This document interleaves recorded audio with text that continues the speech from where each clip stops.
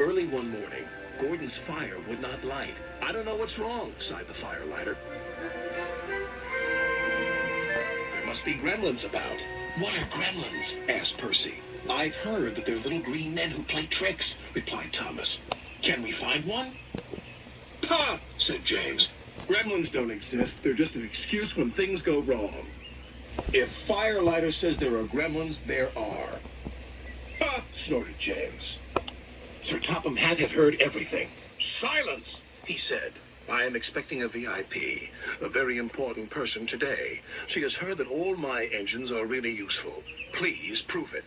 "Yes, sir," they all said. "As long as the gremlins let us." "What gremlins?" "The ones in Gordon's fire, sir. That's why he's not ready yet."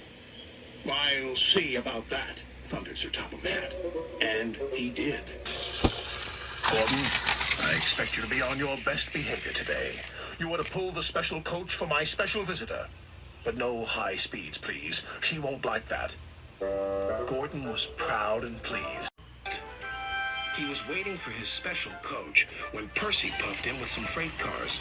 "What's the matter, Gordon? You're late." "Driver says there's gremlins in the turntable," replied Gordon. "They must be everywhere," squeaked Percy.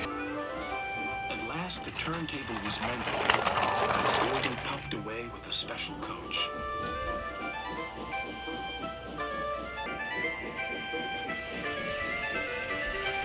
He was soon working hard to make up for lost time. After he arrived at the station, Sir Topham Hatt became concerned. "Where's Thomas?" he wondered. "He's supposed to be bringing my visitor from the docks."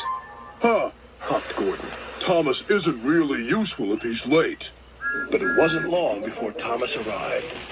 "I'm sorry. A cow strayed on the line and we had to wait for the farmer to take her away. But driver says your visitor is here safe and sound." "Indeed she is," smiled Sir Topham Hatt. "How nice to see you."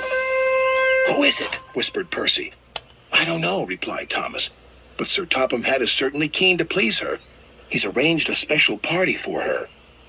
"She's got a dog as well," said Percy. "You got a good run, Thomas. Now you need a drink as well. "Drink." Puffed Gordon. "Thomas is just a lazy little engine. Sir Topham Hatt is expecting me to arrive on time. We're late because of Thomas." Gordon's driver decided to make up for lost time.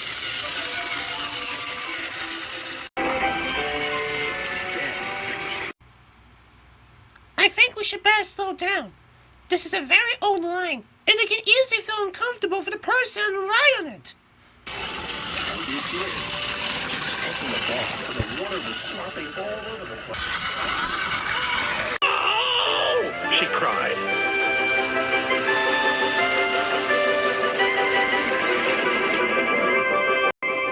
Gordon was very relieved to reach his final destination, where Thomas was waiting to collect Sir Topham Hatt and his special visitor.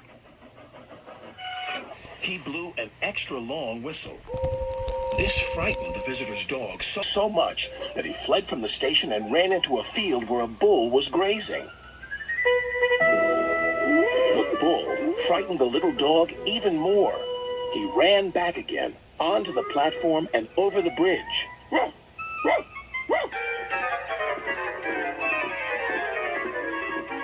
He didn't stop until he jumped straight into Thomas's cab.